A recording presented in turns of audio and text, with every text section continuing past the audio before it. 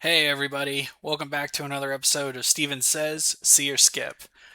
In honor of Rachel McAdams' new movie that just came out, Send Help, I thought I'd go into the vault and pull out the first movie I remember seeing her in, which is The Notebook. I know it came out over 20 years ago, but I don't know. I loved it. It's a great movie. It actually was released June 25th of 2004, and it follows a young couple who meet and have this intense summer romance, but life and circumstances pull them apart. They move on with their lives, but do you ever really get over your first love? I give this movie a 9 out of a 10. And it is so close to being a 10, but I don't know. Maybe it's just missing a little something.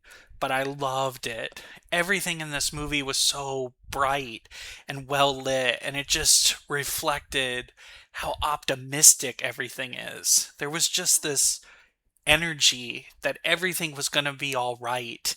Everything seemed very clean and crisp, and it really draws you in. In terms of the music and the sound, it had really subtle use of music, but it helped set the mood, especially whenever there was a passionate connection going down, like kissing. Ugh, lots of kissing in this movie. But also the impact of music on someone who's suffering dementia, and the impact that music plays on memory, and showing us how some things can remain even as the mind goes. There was some great period music to help you feel like you were back in the 40s during the flashback. But honestly, the characters themselves seem to have this innate connection to music. In one scene, they're like, let's dance together. And they're like, oh, there's no music. We'll make our own. But the song that really got to me was a song at the end where they're playing I'll Be Seeing You.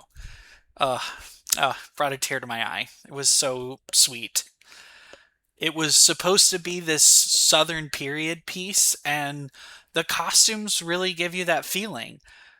In terms of where it is in the South, I wasn't super clear. As someone who's lived in Florida, Georgia, and South Carolina, I was like, where is this? But it was maybe in Georgia. I don't know. They went off to Atlanta at some point, and they were talking about school in Charleston, so maybe it was kind of that East Georgia territory. But I don't know that they ever really said that. If they did, I didn't pick up on it. The story was pulled from a Nicholas Sparks novel, and I never read the book, but I love the story in this movie. I like the way it was being told as a story within a story. You have Noah, who's going by the name Duke for some reason, and he is relaying this story to Allie to try to remind her of their great love story. It took me a minute to figure it out. I think I figured it out before they revealed it in the movie, which was about halfway through. But at the very beginning, I was like, I just thought they were both patients together. And he wasn't as far along as she was in whatever was ailing him. But I thought the time jumps were very well done and they weren't confusing at all. Sometimes these movies do these time jumps and you're not sure when it is or what's going on, but they did a really great job of this. And I think some of that was they had the narration that would take you out of the present and into the flashback of the past that really helped ease the transition from present to past.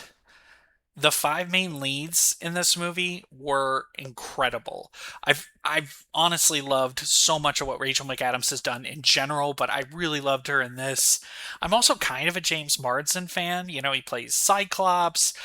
He has a part in 27 Dresses, so he's had a huge career as well. And I gotta say, I agree with Raj Koothrappali. Jenna Rowland is an American treasure, and she's got great chemistry with James Garner, who I've always liked, and I thought Ryan Gosling did a great job. So between these five, they really kind of bring the story together. And it's basically just the couple from the past. They're, part of the love triangle from the past, and then the couple from the present. And, at the beginning,